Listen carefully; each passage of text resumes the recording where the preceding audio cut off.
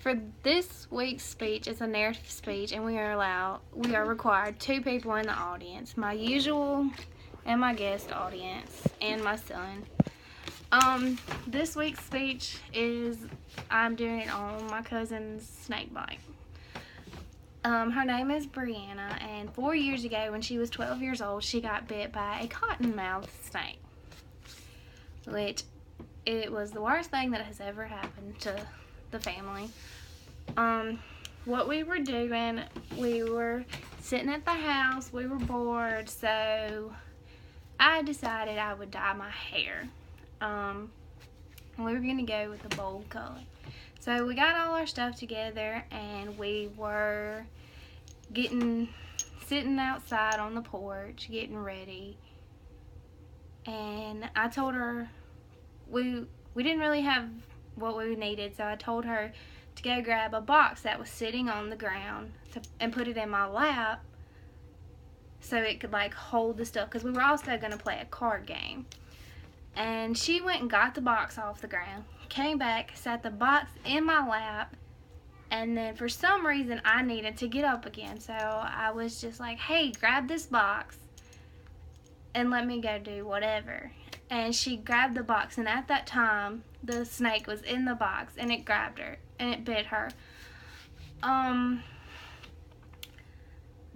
then she dropped the box, and then a little bitty snake about a foot and a half fell out. We both started screaming. My mom comes running out because we hollered snake, so she comes running out with the gun. She shot the snake twice, and she shot it at the tail and at the head, and neither time did she miss. Sorry for having to use my phone. My printer was messing up. She actually hit it and didn't miss, and she's not a good shot anyways. Then the next thing we did after killing the snake was we found something. It bit her in her hand, like right in here. It was a baby, and only one fang managed to go in.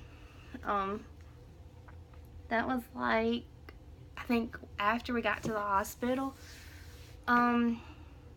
We found a belt was the quickest thing we could find. We wrapped it around her arm, mid-arm, to cut off the circulation and blood flow to her fingers.